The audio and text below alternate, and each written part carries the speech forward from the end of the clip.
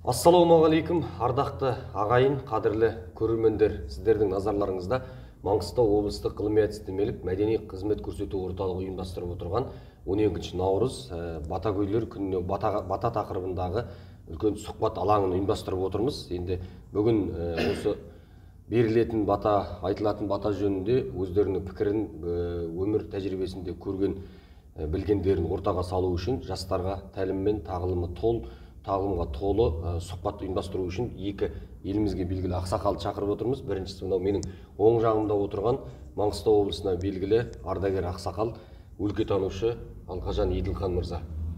Және сол жағымдағы осы біз сұхбат ұйымдастырып отырған Маңғыстау облыстық мәдени қызмет көрсету орталығының ұйымдастырған облыстық Батагөйлер сайысының конкурсының жүлдегері Маңғыстау ауданы Тұщықұдық ауылынан келіп отырған Айтан Білес деген ақсақалымыз.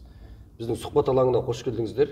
Енді Алқажан аға, сізден бастасақ, жалпы бата деген сөздің мағынасы. Енді бізде кез келген қазіргі қазақша сөздің арғы түбі айналып келгенде не түріктің сөзі болады, не арабтың сөзі, не парсының сөзі болады. Жалпы бата деген сөз қазақтың сөзі ме, әлде кірген сөз бе? Бата деген бұл өзің айтқандай бөлек қасиеті бар сөз, мағынасы өте жоғары, тарихқа толы. Қазақтың дүние танымында жалпы бұл бата беру үрдісі бұл ислам қазақ топырағына келгенге дейін де болғандығы көрініп тұрады көзге. Себебі бұл тілек айтылып ататын. Кейіннен бірақ енді исламның нұры шашылғаннан кейін сол ақсақалдардың шешімі болу керек. Сол бұрынғы атын өзгертіп Құрандағы сөзді алған. Бұл Фатиха деген сөздің қазақшаланған түрі. Біздің шалдар бата дейді, бәтия дейді, бәтихамды дейді. Сүкең айтады ғой жырында, бәтихамды атамның бәтихасын алам деп сөйлейді. Болмаса Қашекең анау сақып айтатын сөзінің барында айналайын сақып жан, сен сыйламайтын шығарсың атаңды, сыйлайтын болсаң атаңды, мана бірінші келіп неге алмадың менің батамды деген жерлердің барлығы бұл сол біздің елдің, біздің ұлттың санасына, дүние танымына бата есімімен, Фатиха есімімен берілген деп біздер есептейміз. Ғылыми өзінің ар жағының шығу тегін этимологиясын қарағанда бәрінде де осыған қарай келіп неғып тұр. Батадан бұрында бірақ бұл үрдіс бұл болған нәрсе. Ол тілек деген сөз болуы мүмкін, басқа да бір аты болған болуы мүмкін, бүгіндері қолданыстан шығып қалған. Бірақ осы бата есіміменен біздің өмірімізде күні бүгінге дейін өте жоғары дәрежеде қолданылып келе жатыр. Мәні бар. Енді батаны қандай жасқа келгеннен бастап береді? Кез келген 25 жастағы жігіт бере беруге бола ма, әлде тек белгілі өзінің нормасы бар ма? Мысалы, мына 60-тан асқан адам ғана беру керек деген сияқты. Ол бата берудің өзінің біздің қазақтың үрдісінде, салт санасында өзің айтқандай әртүрлі бір шекаралары, әртүрлі бір дәрежелері болған. Тәртіптері болған.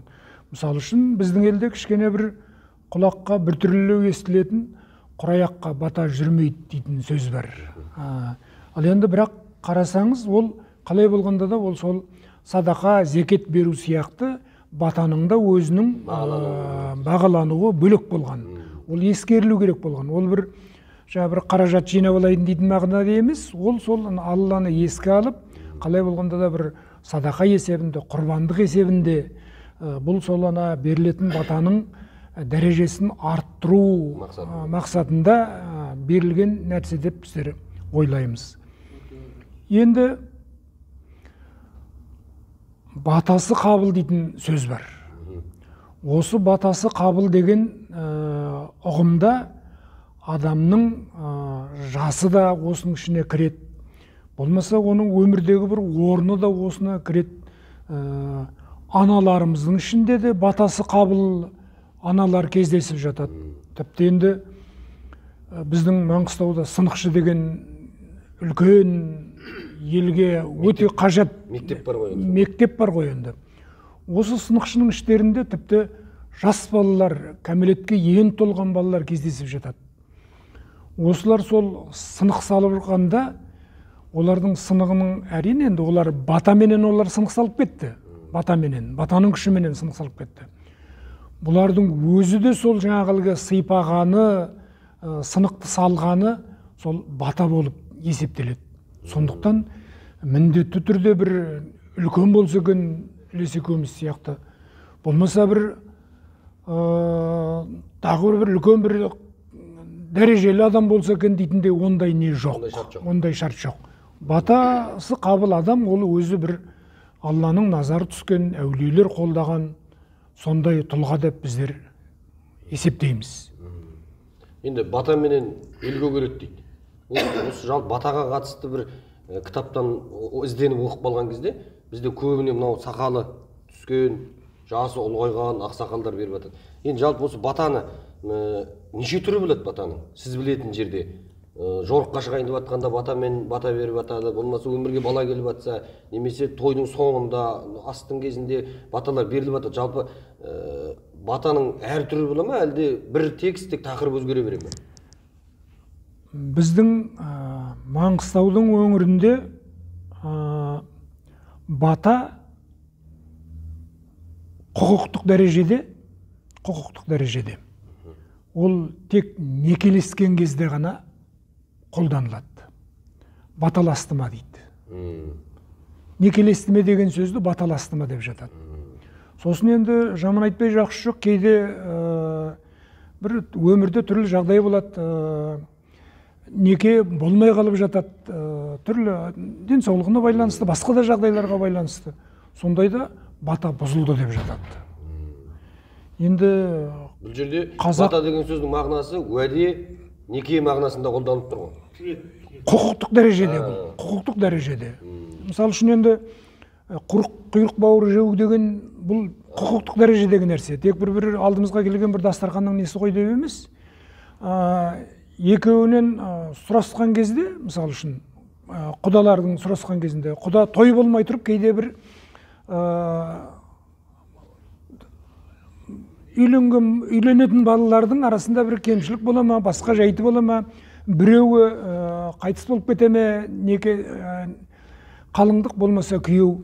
Осындайда екі жақ кішкене арада бір нелер пайда болады. Қалың мал төленіп қояды. Ол қалың малды кейін қарай алу керек болатын болады. Осындайда біздің шалдар төрелескенде құйрық бауыр жедіңдер ме деп сұрайды.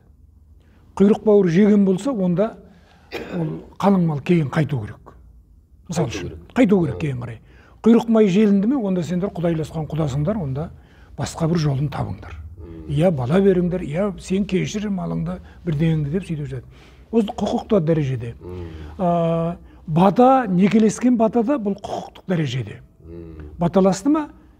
Болды. Неке, ол некелескен деген сөзден де көрі, бізде сол баталасты деген сөзді, әсіресе мына құда менен ер азамат пенен келіншектің арасында әңгімелерден де көрі, үлкен екі құданың арасындағы әңгімелер баталасты ма жоғарырақ деп мән береді. Бұл құқықтық дәрежеде. Біздің Маңғыстаудың өзінің бөлек құқық жүйесі бар.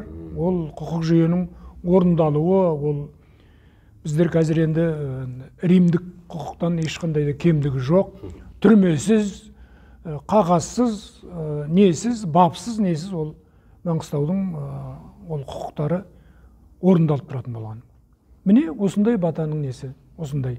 Ал енді бірақ түрлеріне келетін болсақ, ол енді түрлері өте көп. Мысалы, басынан бастап бір білетін жеріңізге айтып барыңызшы.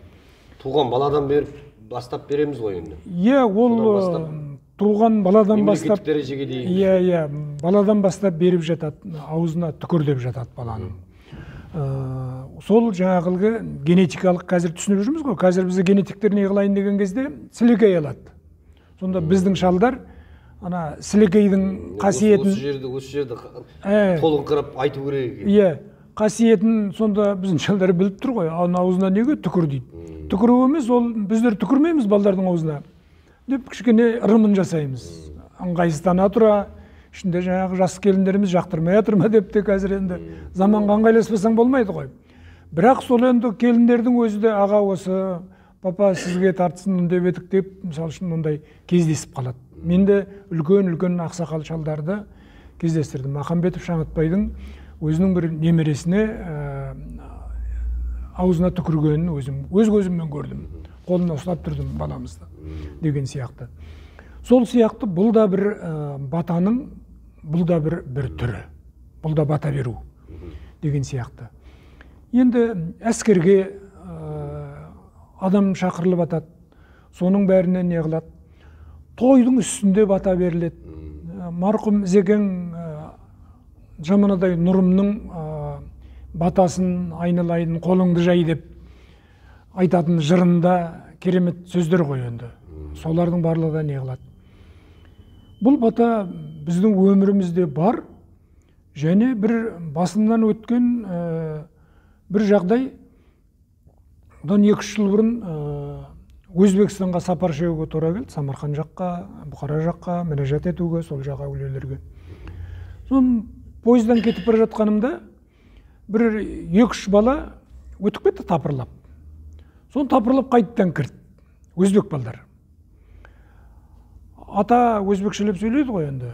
Ішінде біреу қазақшаға жақындау екен. Ата сізден баталайын деп едік, Ресейге кетіп бара жатырмыз, Қазақстан арқылы деп. Жаңа Бейнеу-Менекредағы пойыз ғой, Навайы. 9 жолдың торабы ғой. Иә. Сол жерден Бейнеуден отырдық. Навайыға жеткенбіз жаңағы. Сол жерден де жаңағы 2-3 бала келіп менен баталып кетті. Ана өтіп бара жатқан кезде енді менің басыма тақия киіп отқанын байқаған болу керек деп, соны кәдімгідей тәуір көріп қалдым, ішім жылып. Сонда енді алысқа кетіп бара жатыр, кішкене уайымдайды, қашан қайтып келем дейді, ол жаққа барғанда жағдайым қандай болады, не пәлеге тап болам дейді. Соның бәрін не қылған кезде ана кісінің жүрегінде бата алып кетсем, сол жақсы болам ғой деген үміт, сондай бір не болады екен кісінің несінде деп. Мұтпан таудың басында армияға кетіп бара жатқан кезде шетпенің шалдары барып балдарды шығарып салып жатады, батасын беріп жатады, аман келсінші деп. Осындай жағдай біз білген жерде. Енді сізбен сұхбатымызды ары қарай жалғастырамыз. Менің сол жағымда Айтан Лесис деген ақсақал келіп отыр. Енді бірінші аға бір бата беріп көріңізші, енді сізді конкурстың жүлдегері деп айттық қой. Соны бірнеше батаны біледі бұл кісі. Жақсы білемін. Конкурстың талаптары. Ілекең дегендер белгілі. Иә, өзіңіздің бата туралы пікіріңізді айтыңыз. Содан кейін бір мынау көрермендерге бөлісейік, себебі біздің көрермендердің дені жастар қарап отырады қазір әлеуметтік желілерде. Сондықтан бата дегеннің форматы қандай болу керек? Көзбе-көз құлағымен естіп көріп отыру үшін бір бата сұраймын содан кейін. Бір емес, бірнеше бата орындаймыз, бірақ оның алдында осы пікіріңізден кейін осы бата туралы айтып жіберіп, бір батаны қандай тақырыптағы бата екенін айтсаңыз.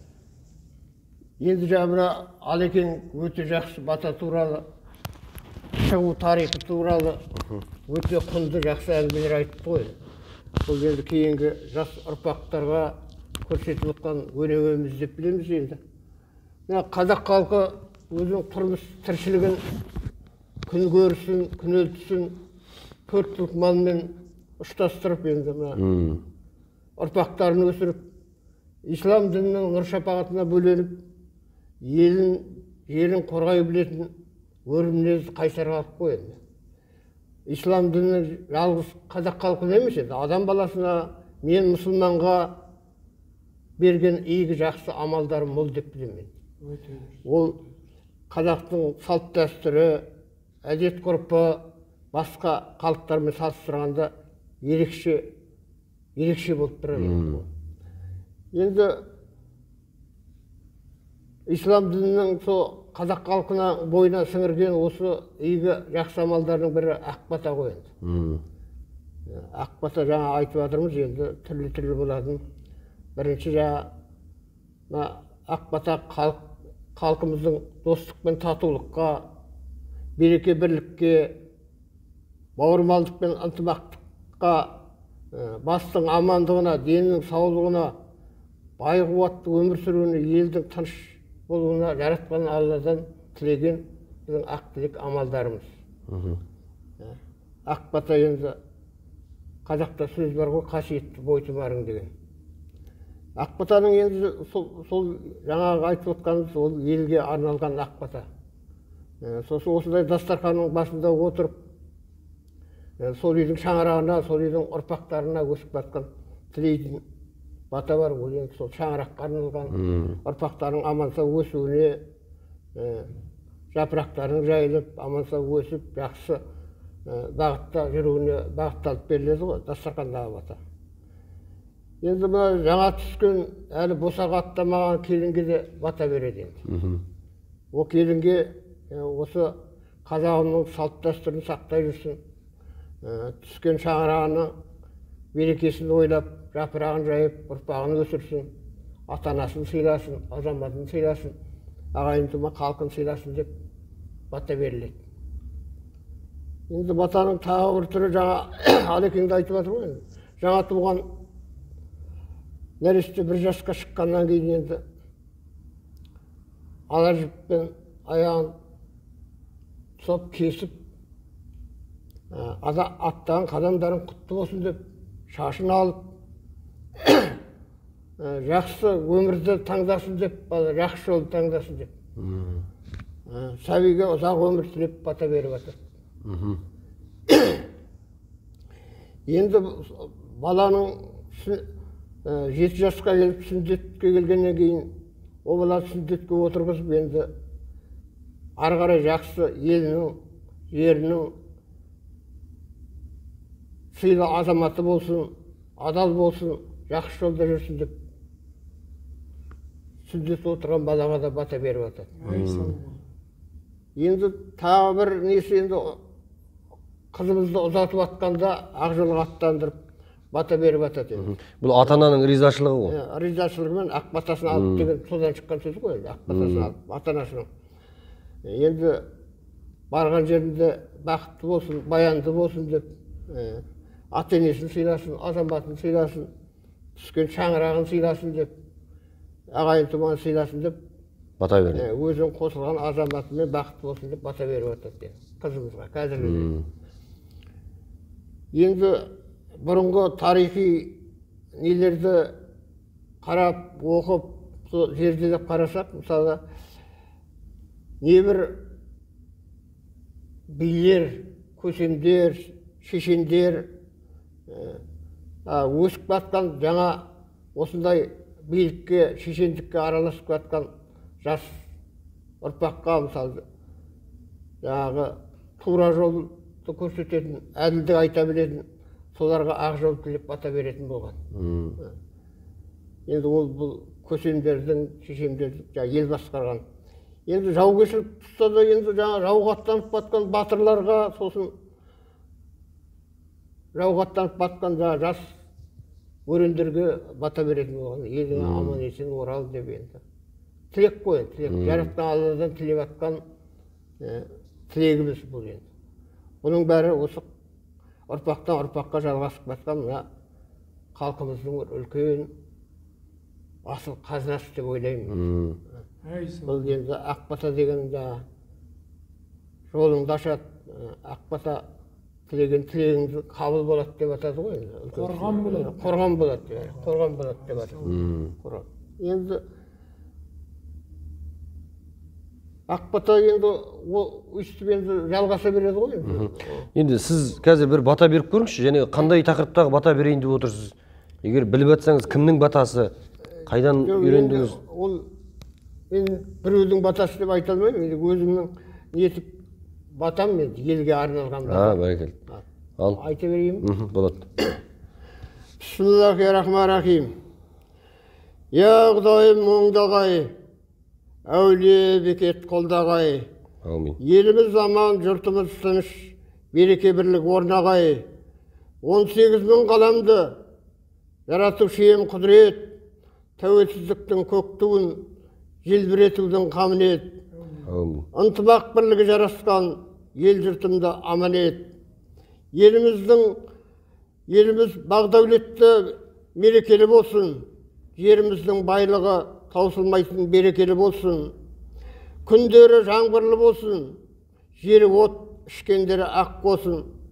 Мыңыраған мал өсіп, еліміздің ырыс несібесі мол болсын. Халқымыздың көңілдері ашық болсын, ықылас пейілдері кең болсын. Елін жерін қорғайтын ұл-қыздарымыздың бастарына бақ қонсын, қыдырдарсын. Иман жүзді, ақылды ниеттері ақ болсын. Отбасыларымыз аман болсын, деніміз сау болсын. Жаман індеттен, қауіп қатерден елімізді, бала-шағамызды, халқымызды бір Алла өзі сақтасын. Мединада Мұхаммед, Түркістанда Қожа Ахмет, Маңғыстауда Пірбекет, Маңғыстауда 362 әулие, ата-баба рухы, ватанды менен қабілет. Әумин. Енді бұл еліміз, рахмет, елімізге арналған бата деп келді. Осы батаны негізінде осы ұрпақтарымызға дарытып, өзіміздің қазақи салт дәстүрімізді дарытып, айтып жатырмыз ғой, жаңа түскен келіндердің еліміздің салт дәстүрін сақтаса деп, сол секілді ұрпақтарымыздың бұның бәрін біле жүрген жөн деп ойлаймын енді. Себебі қаншама жерімізді, осы ұлан-байтақ жерімізді біз айтып жатырмыз ғой енді. Шапса тұлпардың тұяғы, ұшса құстың қанаты таласына. Ұлан-байтақ жеріміздің болашағын, бүгінін ойлайтын ұрпақтардың осы елімізді көркейтуге, көк туының биіктен желбіреуіне өз үлестерін қосса деген тілегіміз ғой. Енді мысалы атаға қарай жол жүрсең, мысалы жолда кетіп жатқан қауымдарды көреміз. Қауымдарға баратқанда қарасаң, арасына адам аяғы бүйтіп өте алмайтын. Қатар-қатар жатқан 400-500 адамның зираты қатар жатыр. Сонда енді солар кейінгі аты да қалмаған, ұрпақ та қалдыра алмаған, осы біздің қазіргі дархан өмір сүріп жатқан жеріміздің үшін өздерінің өмірін қиған бабаларымыз ғой. Бабаларымыз. Биыл енді тәуелсіздіктің 30 жылдығы, сол кісілерге мың тағзым ғой енді. Сол кісілердің арқасында тәуелсіздік көріп отырмыз. Сол кісілердің арқасы, дұрыс айтасың. Тәуелсіздігіміздің 30 жылдығы жатыр енді. Бұл үлкен бір киелі мереке деп ойлаймын. 30 жылдық деген қазақ елі үшін, бостандық үшін. Ол туралы бір құттықтап айтсам болады ма? Болады, құттықтап жіберсеңіз болады. Біз тікелей эфирдеміз. Қазақ елі, қазақстандықтар, еліміздің киелі де қасиетті мерекесі, тәуелсіздігіміздің 30 жылдығы баршамызға құтты болсын деймін. Әумин. Енді осы құттықтау сөзді Айгерім Қуанышбаева қарындасымыздың тәуелсіздік тәуетер жалғыз кие деген өлеңдердің тек бір шумағынан айтайын енді. Қайран күнім нұр болып атқан, ей менің азат күнім, егеменмін, еркіммін, ғажап бүгін, күл талқан шығарып қара түннің, намысыммен жаныштым, азаттымын, бар сынды батырлық қаныңда бар, қазақ енді жасайды қазақтығын.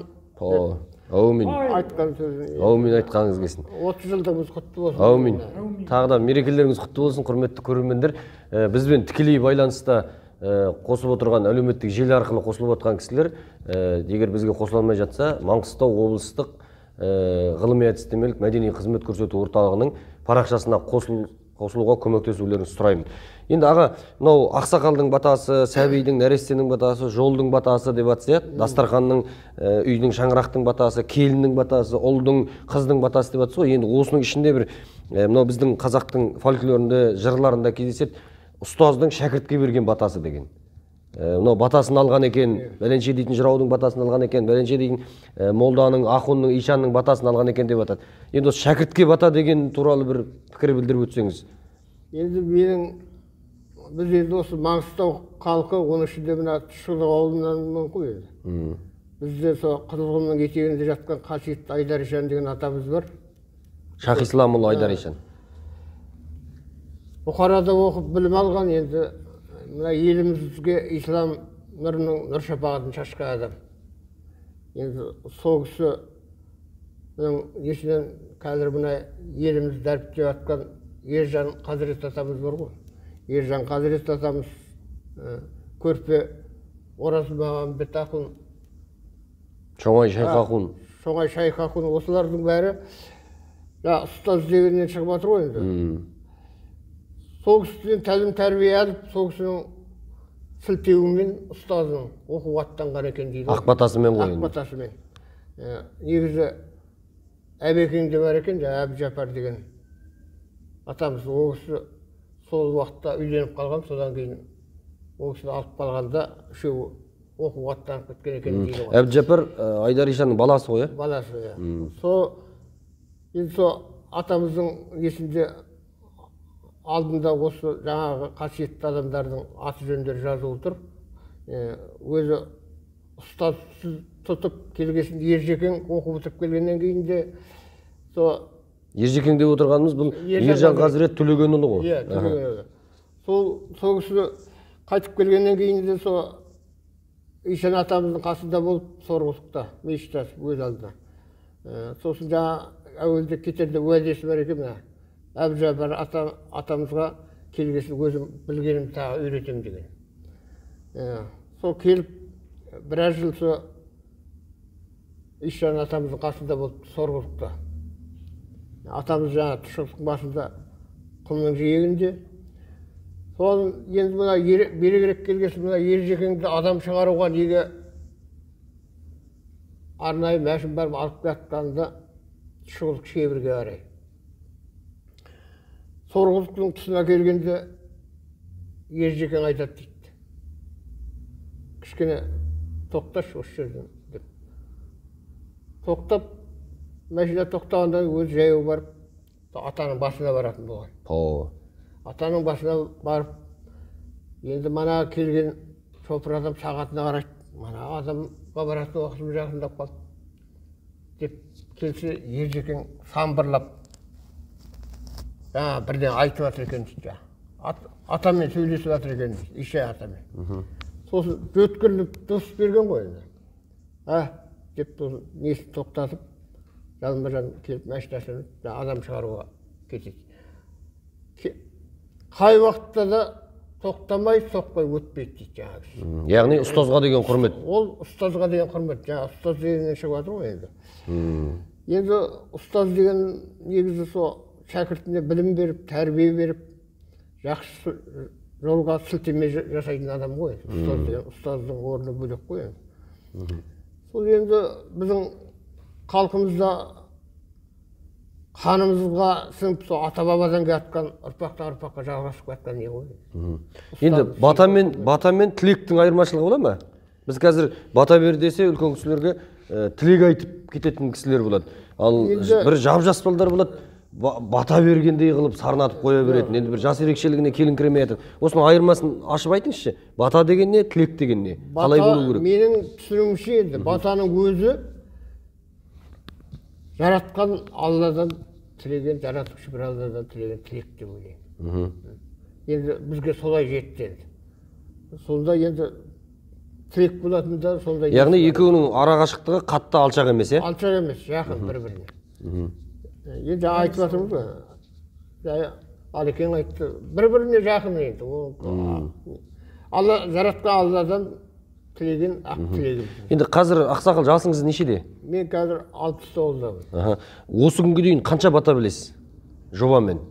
Енді бәлем бата деп нетпеймін. Енді мысалы бірақ тақырыпқа сай айта аласыз. Тақырыпқа сай жаңағыдай баланың тұсауын кескенде, қыз ұзатқанда, келін алғанда дегендей сөйтіп кете береді ғой. Мен бұны неге сұрап отырмын? Сізді сынайын деп отырған жоқпын. Мынау Мұқағали атамыздың айтқаны бар ғой, 80-ге келіп 8 ауыз сөз айта алмайтын ақсақалдың ғұмырынан сақтасын деген. Мынау қазіргі біздің үлкен кісілеріміздің көбі бата бермек түгілі сол ақсақалшылық айта алмайтындай болып қалып жатырмыз. Енді бәрін бірдей кінәлаймаймыз. Дегенмен қазіргі осы ұлтымыздың трагедиясына айналып бара жатыр. Енді мынау микрофонды Алқажан аға сізге ұсынайын. Алеке, осы біз Қазақстанның әр жерлерінде жүрген кезде әртүрлі жердің географиялық жағдайына байланысты диалектілер болады, әртүрлі әр облыстарда, әр өңірлерде. Соған сәйкес жаңағы әр ұлттың салты басқа, иттері қара қасқа деген енді бір қазақпыз ғой ар жағы. Бірақ әртүрлі бір сәл басқашалау дәстүрлерді көріп жатамыз Маңғыстау өңірінен басқа жерлерде. Мысалы, біздің қазақта айтады, баталы құл арымас, батасыз құл жарымас дейді. Яғни, бата құлға, адамға, жігітке, пендеге берілу керек деп ойлаймын. Ал бірақ мен көрдім осы жоғары жақтан қазір сіздің алдыңызға келіп соятын малға бата бер деген. Енді осы қаншалықты дұрыс? Болмаса, жалпы осы туралы пікіріңізді білгім келеді. Енді мен ол жердің дәстүрін жоққа шығарғым келіп отқан жоқ. Бірақ жалпы осы батаны малға берудің несі қандай? Енді жалпы менің ұғымымда, сіздің немереңізбен жасты азаматтың ұғымында батаны алғаннан кейін ол өсу керек сол батамен, өркендеу керек, көгеру керек деп ойлаймын. Мысалы, енді соған сәл қарама қайшы келіп тұрған жоқ па жаңағы әрекетіміз, әлде ол да дұрыс па? Мен манада басында айттым ғой, қазақтың басқа жерінде көп болғаным жоқ. Бірақ құда болған жерім бар, Атырау жақтан, Орал жақтан, Ақтөбе жаққа да құда болып барып келіп жүрген жерлеріміз. Шымкентке барып құда болып келген тумаластарымыз бар. Шығыс Қазақстанға барып, Зорға дегенде барып келдік деп жүрген құрдастарымыз бар. Деп түрлі нелері естіліп жатады. Жаңа малға бата сұрайды дейтіндер, ол бұрын біз оқыған әдебиетте де бар болатын. Есіктен қаратып қойып жіберіп, бата деп айтты деген нәрселер. Деп. Енді жаңа өзіңді айтып кеттің, басын аша кетейік. Баталы құл арымас деген сөз. Құл деген сөздің өзі бұл оғыл деген көне түркінің сөзі. Біздің күң деп жүргеніміз бұл өкін деген көне түркінің сөзі. Кейіннен ол бөлініп неғып кеткен. Ол құл дегенде ол бізде құлға айналып кеткен. Енді бір заманның ағымы солай болар. Жаугершілік заман сондай неғылған болар. Жесір деген сөздің барлығын бір екіге бөлу керек болатын болған. Сондықтан сол өзгеріске ұшырап, құлды біздер кішкене төмендеу бағытқа айналдырып кеткенбіз. Бұл өзі бұл 1-2 ғасырға да жетпейтін уақыт құлдың. Себебі біздің аталарымыздың көбі құл деген аттар біздің аталарымызда көп кездеседі. Ол құл деген сөзді қазір бізге бір ерсілеу болып көрінеді. Ал ол кезде ол оғыл, ұл деген сөзбенен бірдей. Өкін деген біздің мамаларымыздың аты ғой. Олар мысалы үшін бүкіл руымыз бар біздің шешеміздің атына. Яғни арғы сөзі ұл деген сөз. Арғы сөзі ұл, қыз деген сөз барлығы да. Кейіннен енді айналып неғыла келе сол күң болып, құл болып сөйтіп неғып кеткен. Мен өзім ішімнен күтем, бұл да өзінің мағынасын негізінен бастап жоя бастайтын болу керек деп ойлаймын. Себебі бұлар қазір қолданыста жоқ. Адамдардың несі ғой, бір саласы ғой енді деп. Енді адамға берілетін жаңағындай ұлға берілетін батаны неге малға беріледі екен дегенді біздерге енді кішкене оғаштау көрінетін рас. Біз енді жаңағы лекем айтып отыр, тек бір ең қасиетті, ең бір жеме-жемге келген жерлерде, ең бір жүрегінен айтылатын сөз, Алланы көмекке шақыратын кезде айтылатын нәрсені апырмай деп кішкене ойланып қалатынымыз рас.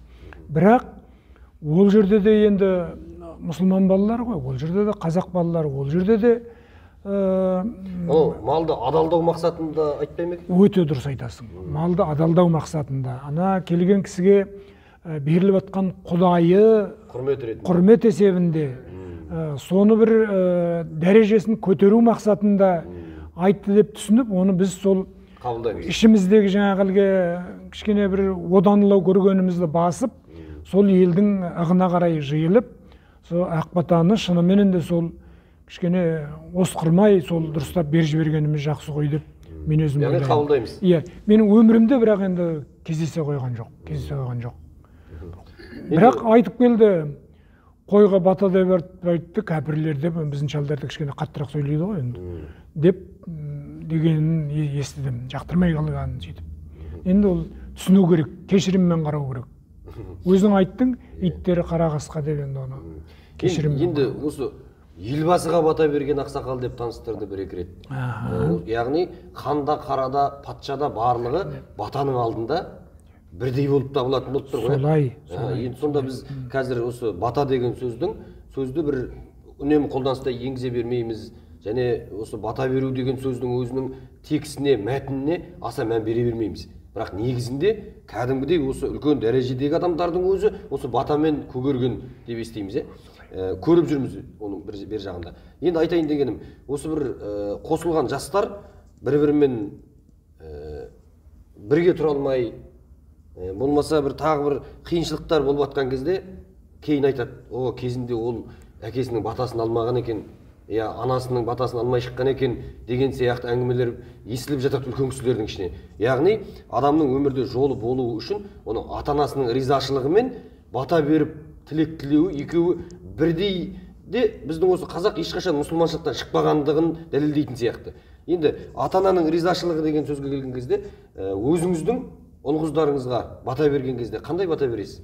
Арнайы жазылған текст бола ма, әлде бұрынғы шалдардан қалғанды қайталайсыз ба, әлде өзіңіз шығарасыз ба? Ол мындай бір толқу ненің кезінде өзі шығарып тақпақтап жатуға оған менде ондай бір қасиет жоқ, иә. Ұйқастыра қою жазатыным бар, бірақ енді өлең жағына оған енді ондай қасиетті бізге бермеген. Яғни бата шама келгенше ұйқасып, төгіліп тұрса жақсырақ естіледі? Жақсырақ естіледі. Бірақ ол жүректен шыққаннан кейін жарығым жолың болсын деген сөздің де жететін ештеңе жоқ қой деп мен өзім ойлаймын.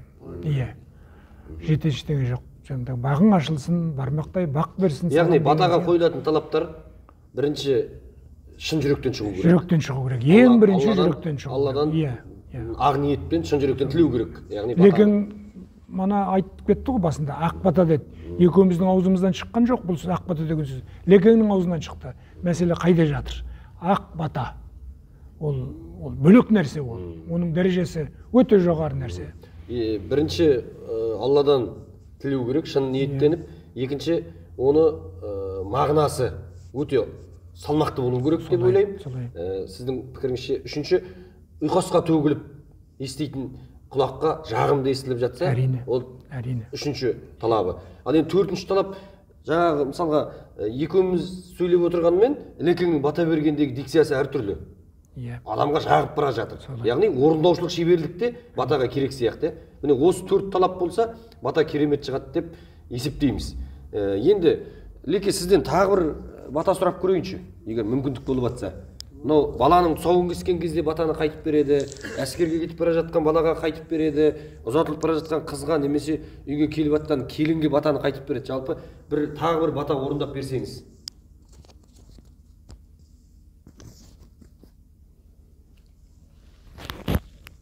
Қысқаша алдында пікір білдіріп жіберіңіз бата туралы. Жаңа малға бата туралы нені құрттай бір қосымша не етіп жіберейін. Түсінік беріп жіберсеңіз болады. Түсінік беріп жіберейін. Мына үлкен ауыз ақсақалдар жасы 80-90-ға келген, я болмаса ел басқарған көсемдер, я болмаса өзінің жаңағы үйдің иесінің бір жақын туған нағашылары сонау алыстан келіп атартып келіп жатқанда, сол кісіге арнап, қонаққа арнап мал соятын уақытта бата сұрайды. Бата сұрайды, ол батаның мақсаты сонда сол жаңағы қонақ қабылдап жатқан шаңыраққа келіп жатқан қонақтың жақсы тілегі. Сол жақсылық болсын деген сөз енді. Батаның негізгі мақсаты жақсылық, адамға жақсылық тілеу мақсатта айтылады ғой енді. Енді жаңа кішкентай жас сәби енді тұсауын кесіп жасқа шығып жатқанда, енді бата беруден енді болашаққа қадам басып аттап жатқан кішкентай сәбиге енді мына ата-анасының, үлкен елдің, ауылдың ақсақалдарының беріп жатқан батасы. Енді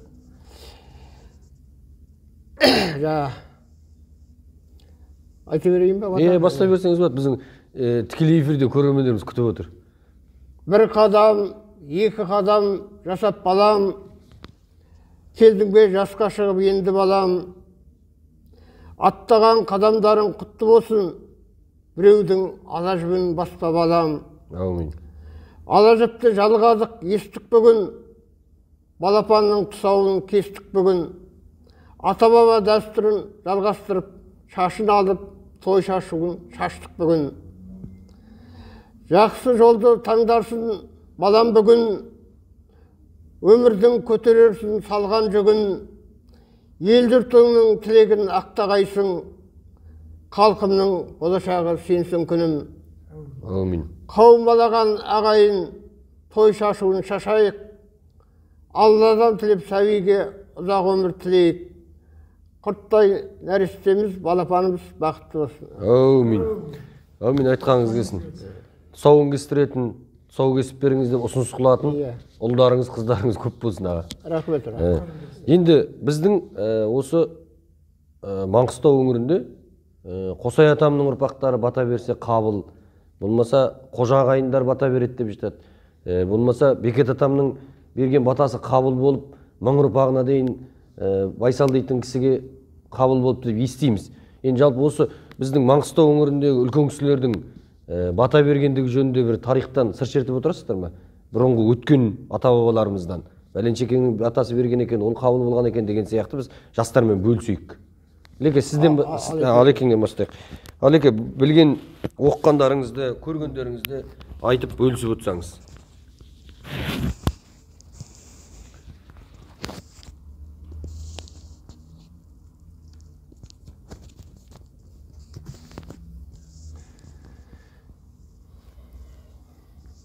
Жаңа Ілекең айтты ғой, 400-ге жақын адам қатар жатыр деп.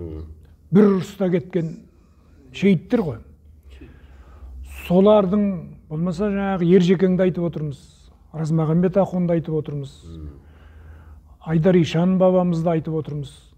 Солардың батасы қабыл болғаннан кейін үшеуміз отырмыз ғой қазір.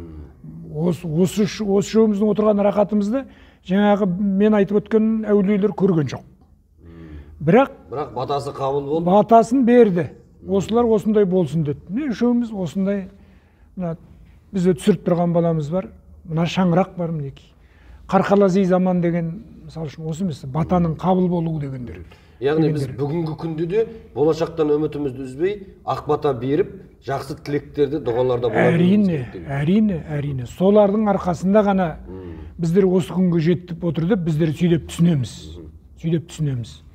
Енді әрине, Қосай атам баласын аға баласы деп біз оны ерекшелеуіміз керек. Ол біздің ата дәстүріміз, жазылмаған конституциямыз. Дала заңы. Иә, бүгінге дейін орындалып келе жатыр. Қосқұлақ атамызға оған тіпті ешқандай сөз жоқ. Олар, жаңа айттым ғой, біздің құқықтық жүйеміз өте берік, бөлек жүйе деп. Мысалы үшін, қазіргі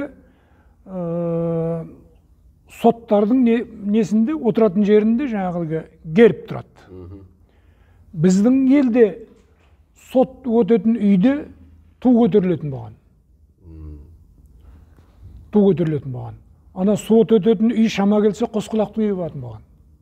Сол үйде ту керек. Ол болмай жатқан кезде ана туды көтеретін адам Қосқұлақ болу керек. Яғни батасы қабыл. Иә.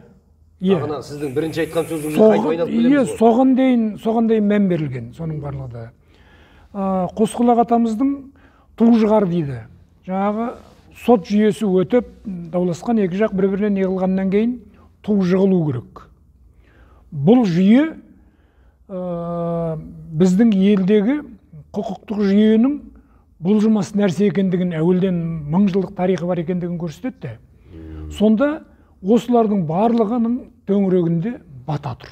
Ар жағы төбіндегі негізінде, қорытындылап келгенде бәрінің негізінде бата тұр. Енді Саназар атамыздың батасы қабыл болады деп естиміз, мысалы үшін біздер. Енді Ескелді ауылымыз дегендер қазір енді Құдайға шүкір өсті ғой. Енді Зобалаңның кезінде көшіп кетуі елдің бәрінде болды ғой, бүкіл Маңғыстау көшті ғой енді. Деп.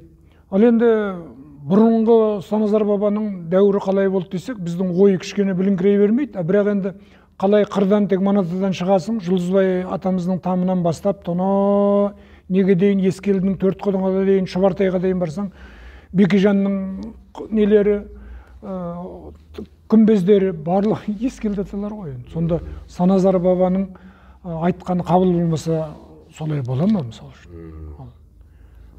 Міне менің көретін нем, мысалым, Ескелді, Саназар баба. Яғни батасы қабыл болған аталарымыздың аруағы разы болсын дейміз ғой енді. Иә, солардың батасыменен ғана сол жүйе сақталып, солардың бабасымен ғана біздің басымыз өсіп, мал жанымыз өсіп, қалған ағайынға, қалған қазаққа, қазақтан өзге көрші ұлттарға бір айғарақты, айбарлы ел болып, Құдай көпсінбесін, сол шалдардың батасының арқасында деп мен түсінем. Енді мынау жаңа өзіңіз айттыңыз, құр қолға бата жүрмейді деп. Енді осы жерде біз бата беруді бизнеске айналдыру жөнінде бір сұрақ бар сияқты, кішкене басы ашылмаған. Енді батаны берген адам ол алақан жайып құнын сұрамау міндет, сұрамау керек деп ойлаймын. Сіздің айтқан пікіріңізден түсінгенім. Ал батаны бергеннен кейін оны құр қол қайтарып жіберуде әбестік болып саналады ғой, дала заңы бойынша. Енді сіздің ойыңызша ақсақал бата берді, ол қалай бағалану керек? Сіздің пікіріңізше қазіргі заманда бұрын енді ақсақал шапан жауып атады, болмаса ат мінгізіп атады деп естиміз, немесе бір малды қараны атайды екен деп естиміз. Ал енді қазіргі жаңа заманда ол қалай бағалану керек? Әлде тегіннен тегін берілу керек пе? Әлде бағалану міндетті ме? Осы жөнінде айтып өтсеңіз. Пікіріңізді. Осы шаңырақта, осы биылғы жылдың өзінде 2 рет мен батаға байланысты шараға қатысып отырмын. Екеуміз 2 рет. Бір емес, 2 рет. Бірінші рет біздер Батагөй ақсақалдардың жарысын өткіздік. Сөзіңіз аузыңызда, сөзіңіз бөлгенім үшін кешірім сұраймын. Біз осы жерде Маңғыстау облыстық мәдениет басқармасы осы мәдени орталық, дәл осы отырған шаңырағымызға елдің атынан, қазақ деген ұлттың атынан рахмет айтып қоюымыз керек шығар. Себебі көптен бері ұмытылып кеткен дәстүрді жаңғыртып, қанша 15-ге жақын, 20-ға жуық ақсақал қатысып, кәдімгідей осы үйде отырған халықтың енді тіпті онлайн емес, тікелей кәдімгі көрерменмен жинаған кезде тіпті риза болатын едік. Мүмкін осы кісілердің конкурстағы берген батасы қабыл болып, мүмкін осы ашықтық пайда болып отқан шығар қазір. Міндетті түрде. Сондықтан осыны ұйымдастырушы ғылыми әдістемелік орталыққа елдің атынан рахмет айтып қоямыз. Рахмет. Жастардың атынан. Рахмет. Сөзіңізді жалғастыра беріңіз. Енді мысал үшін енді осындай әңгімеге келіп отырмыз ғой. Бұның осының өзі батаны қажет екенін сіздердің жастардың түсінгені. Осы шаңырақтың басшыларының соны өзінен кейінгі ұрпаққа егуге ұмтылғанның өзі екеумізге жабылған шапанмен бірдей нәрсе. Ілекең екеумізге. Бұл бір. Екіншіден, жаңағы сый сияпат деп атсыздар ғой енді. Екеуміз әлгі 60-тан асқандарын көп далаға көп шыға бермең дегенге ауылда жатқан адамдармыз біздер. Соны шақырып алып, осы жерге елге көрсетіп жатқандарыңның өзі бізге сол мінгізген сендердің аттарың, соған рахмет сіздерге. Осы да бізге үлкен құрмет. Балаларымыз телевизорды құрметтейді ғой қазіргі балалар. Ұялы телефонды құрметтейді. Қазір менің немерелерім ұялы телефонда мені көріп отыр. Мәз болып отыр жаңағы. Бір тәуір адам екен ғой, папамыз деп. Ілекеңде немерелер солай деп.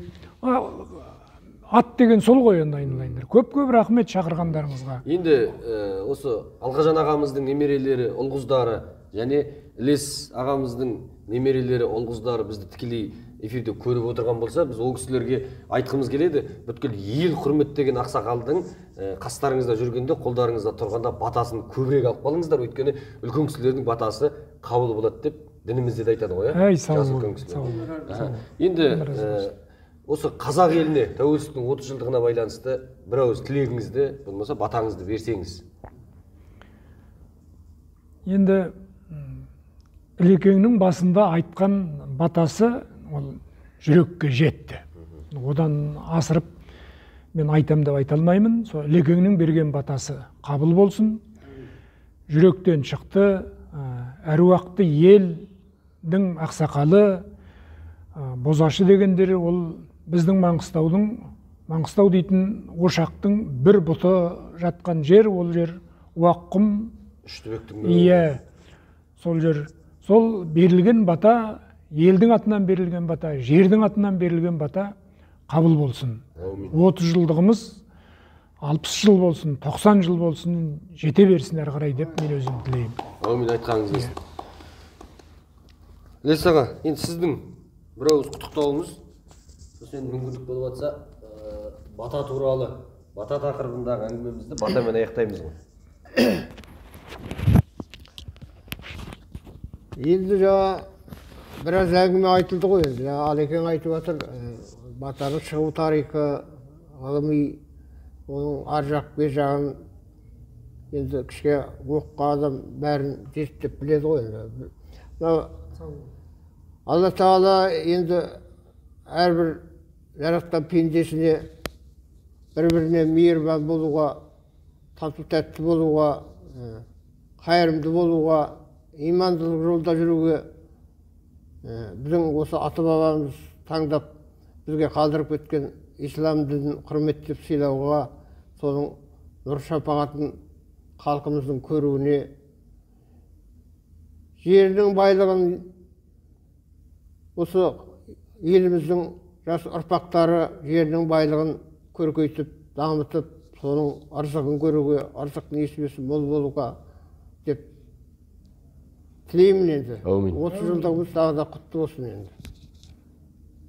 Енді Бердіқанжан дастарханға бата беріп жүрген. Болады. Бисмиллахир-рахманир-рахим. Я Құдайым оңдағай, әулие бекет қолдағай, дастарханың бай болғай, көңілдерің соған сай болғай, дастархандарың берекелі болғай, бастарың мерекелі болғай, астарыңда адалдық болғай, бағдәулеттерің таси бергей, ұрпақтарың жайылып, жапырақтарың жайылып, ұрпақтарың өсіп, жанұяларыңа бақ қонғай, босағаларың берік болғай, ырзық несібелерің мол болып, Алла иман байлығын бергей. Бастарымыз аман болғай, дендеріміз сау болғай. Жаман індеттен, қауіп қатерден бір Алла өзі сақтағай. Алла батамызды қабыл еткей. Әумин, айтқандарыңыз. Ал енді Батагөй ақсақалдарға, мынау жасы 70-тен асқан, 70-ке жеткен ағаларымызға, әкелерімізге рахмет айтамыз. Осы ата-бабаларымыздың берген батасы мен қылған дұғасының арқасында біз тәуелсіздікке жеттік. Енді тәуелсіздікті біз көрдік, Аллаға шүкір, сансыз шүкірмен мадақ болсын. 30 жыл тәуелсіздіктің арқасында бейбіт Қазақстан дейтін елде бақытты ғұмыр кешіп отырмыз. Енді алдағы уақытта да тәуелсіздігіміздің тұғыры мықты болып, еліміздің Қазақстан деген үлкен алып мемлекетіміздің болашағы баянды болғай деген тілек айтамыз. Және сол мемлекетті құруда алғы шепте бата беріп, жастардың тілегін тілеп, ақсақал болып, жастарыңыз 100-ге жеткенге дейін төрімізде отырып, бата беріп отырыңыздар деген тілек айтамыз. Енді бүгінгі бағдарлама батаның төңірегінде, бата беру жөнінде, батаның мән мағынасы, оның шығу тарихы, болмаса әртүрлілігі туралы болғаннан түсінгеніміз, біз осы ақсақалдарымыздан біліп ұғынғанымыз, бата, яғни жаратушы бір Аллаға қазақ тілінде жасайтын құлшылығымыз, қылатын дұғамыз деп түсіндік. Енді осы бата беретін ақсақалдарымызға Алла қуат берсін, мерекелі күндеріміз көп болсын, ақсақалдардың берген батасын Алла қабыл еткей. Келесі эфирде кездескенше. Ой, сау.